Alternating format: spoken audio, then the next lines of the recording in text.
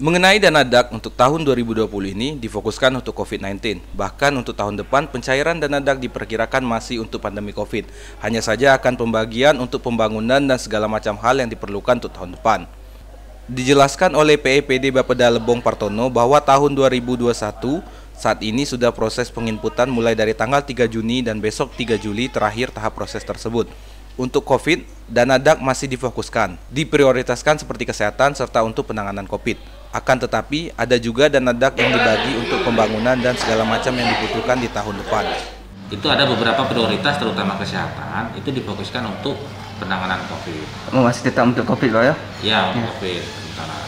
Karena tema RKP ya, tema Rencana Kerja Pemerintah Pusat RKP 2021 itu temanya pemulihan ekonomi dan reformasi kesejahteraan sosial. Nah, jadi DAK-nya arahnya ke sana. Kalau fisik ya jalan menuju lahan-lahan usaha masyarakat seperti pertanian, kemudian infrastruktur penunjang perekonomian seperti sektor pariwisata, kemudian jalan-jalan usaha tani, jalan-jalan ini menjadi prioritas tahun depan. Masih tetap ada, tapi semua itu dalam rangka untuk pemulihan ekonomi. Ya. Gitu ya.